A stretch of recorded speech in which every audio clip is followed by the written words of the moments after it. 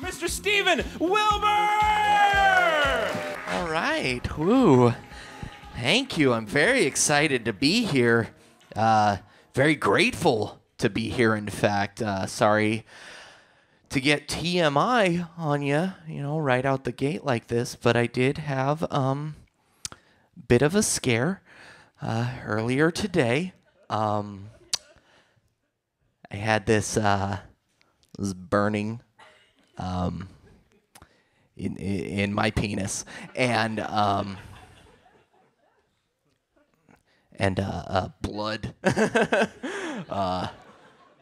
blood in my urine. Anyway, went to the doctor, got it checked out, see what the problem was. Turns out, case of the Mondays.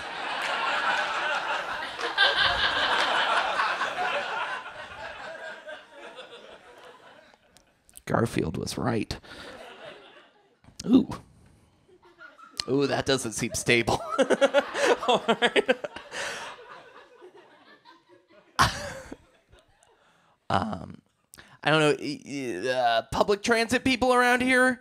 Yeah, woo. There's these ads for public transit on the bus stops and such, warning you about the max and warning you about paying attention to your cell phone or your iPhone, your iPod, your iCarumba, like everything.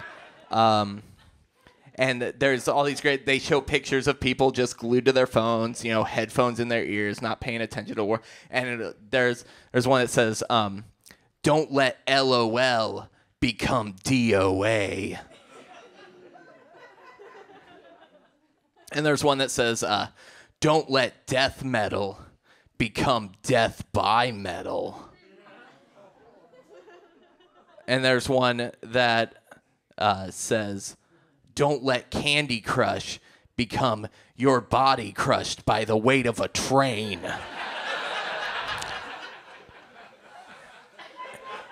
And there's one that says,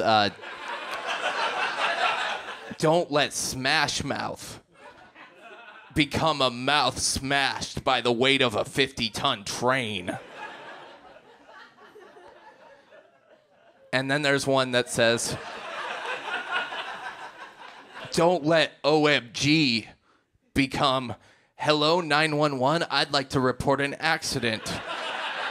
A man was paying attention to his cellular phone and then was run over by a train. OMG, there's blood everywhere. And there's one that says,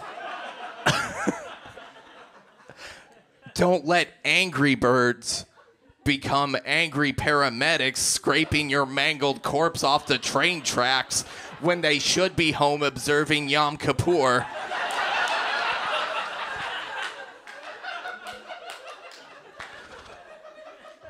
But my favorite of these ads is the one that says, don't let your love for the band Train become public knowledge.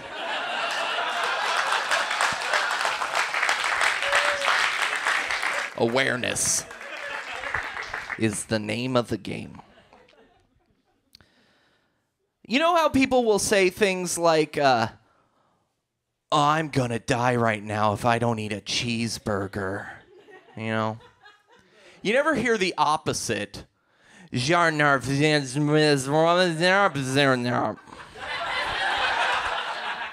just don't. I'll never forget the time I was conceived. It was Christmas Eve, 1982.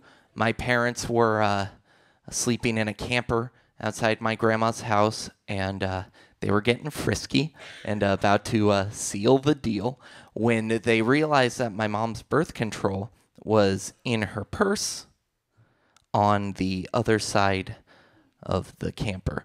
And neither of them wanted to get out of the warm bed to get the birth control. So, yeah. Aw.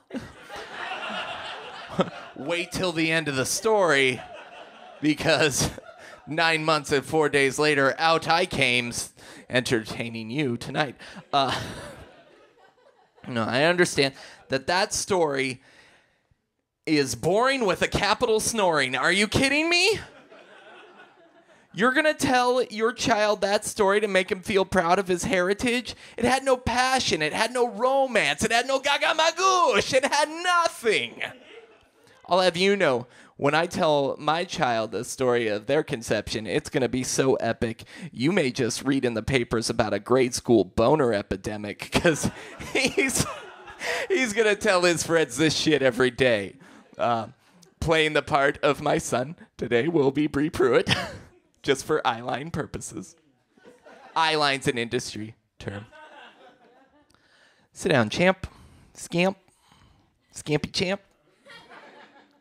P-Pop's gonna tell you the tale of the sensual machinations that brought you into this world. 'Twas a husky autumn morn. We were driving down a windy coastal highway in a blood-stained PT Cruiser recently picked up at a police auction. Your mother? Well, you've seen her. Foxy brunette with curves in all the right places and nipples in none of the wrong ones. Me, I was chiseled and strapping like a relevant Brandon Routh. We were on our way to play gravity tennis with President Maroon 5, because this takes place in the future. When the goddess Aphrodite must have pricked our loins with her katana blades as they ignited with white-hot lust. We pulled over to this sun-kissed meadow. I carried your mother out to the center of it because I'm way strong and can do things like that. And under the eyes of God, the wilderness, a couple dozen surveillance drones, we slowly peeled each other's clothes like we were two bananas that desperately wanted to fuck. And right then and there, as the sun illuminated every corner of our naked bodies and neighboring birds chirped, not a dead-on, but a pretty close rendition of Led Zeppelin's All My Love. How do I put this eloquently? I signed your mom's uterus with my dude pen. We rolled around in that meadow, writhing in carnal delight. Soon, the waves of ecstasy reached volcanic levels, and not to brag, but your old man busted more nuts than a malfunctioning trail mix dispenser. We laid there, wriggling in delight, sweat beating on our taut skin like maggots on a wolf carcass. Just then, a wandering doe approached us with a basket of honey apples in her mouth as a gift to replenish our spent bodies for another round of passionate lovemaking.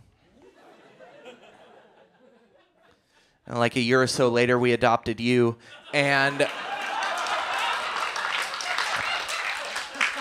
just never had cool sex like that again, so thank you guys very much.